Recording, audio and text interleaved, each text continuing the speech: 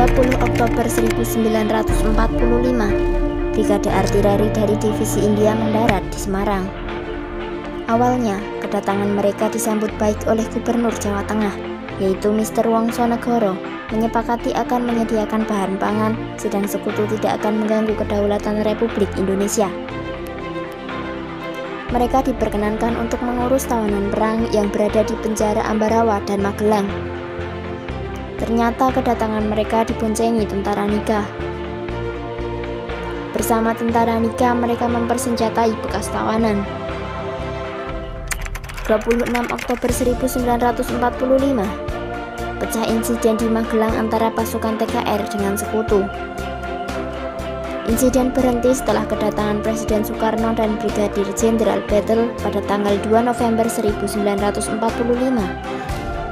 Mereka mengadakan perundingan gencatan senjata dan menghasilkan kesepakatan dalam 12 pasal. 3 pasal diantaranya: 1.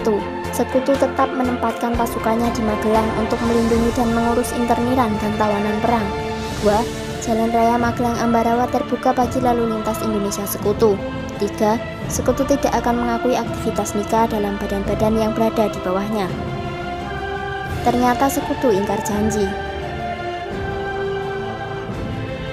20 November 1945, pecah pertempuran antara TKR di bawah pimpinan Mayor Soemarto melawan sekutu di Ambarawa.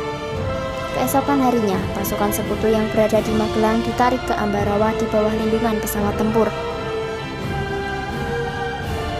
Sementara dari arah Magelang, pasukan TKR dan Divisi 5 Purwokerto di bawah pimpinan Imam Androgi melakukan serangan fajar guna memukul mundur musuh di Desa Pingit.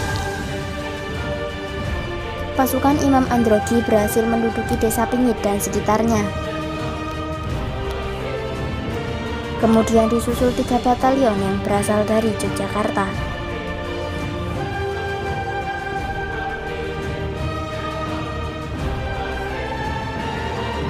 Bantuan M. Sarbini, Batalion Polisi Istimewa yang dipimpin Oni Sastroatmojo dan batalion dari Yogyakarta, musuh berhasil ditumpas di Desa Jambu.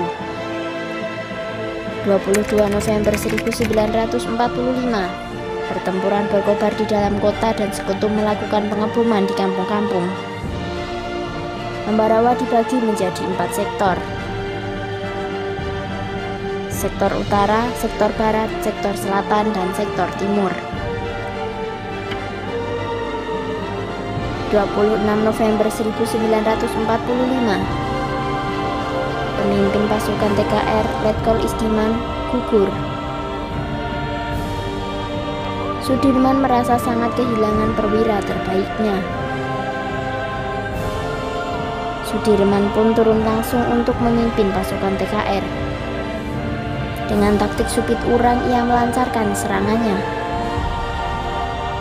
Serangan secara mendadak dengan mengepung musuh pada 2 sisi dan membiarkan musuh terjepit. Rencana disusun sebagai berikut. Pertama, serangan dilakukan serentak dan mendadak dari semua sektor.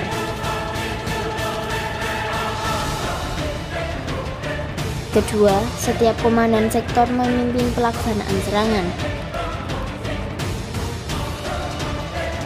Ketiga, hari serangan dilangsungkan pukul 4.30 tanggal 12 Desember.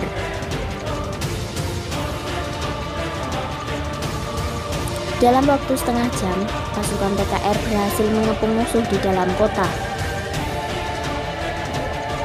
Kota Ambarawa dikepung selama 4 hari 4 malam. Sebelumnya, tanggal 5 Desember 1945, musuh telah terusir dari Desa Banyu Biru. Pertempuran semakin berkobar.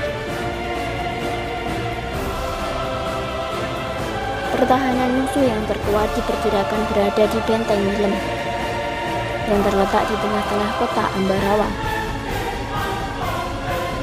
Musuh yang merasa terjepit terus melakukan serangan. Akhirnya, 15 Desember 1945, musuh meninggalkan kota Ambarawa dan mundur ke Semarang. Apabila musuh dapat menguasai Ambarawa,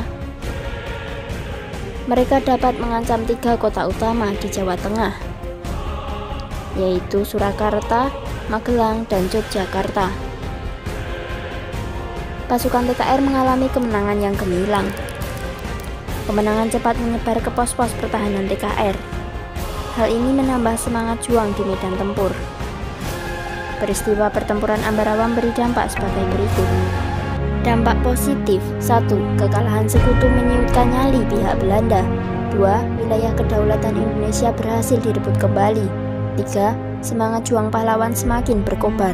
Dampak negatif: 1. Gugurnya Letkol Istiman karena terkena serangan pesawat Mustang. 2. Keamanan rakyat setempat begitu terancam. 3. Terhentinya aktivitas perekonomian dan kehidupan sosial di wilayah pertempuran. 4. Banyak para pejuang dari Indonesia yang kehilangan nyawa.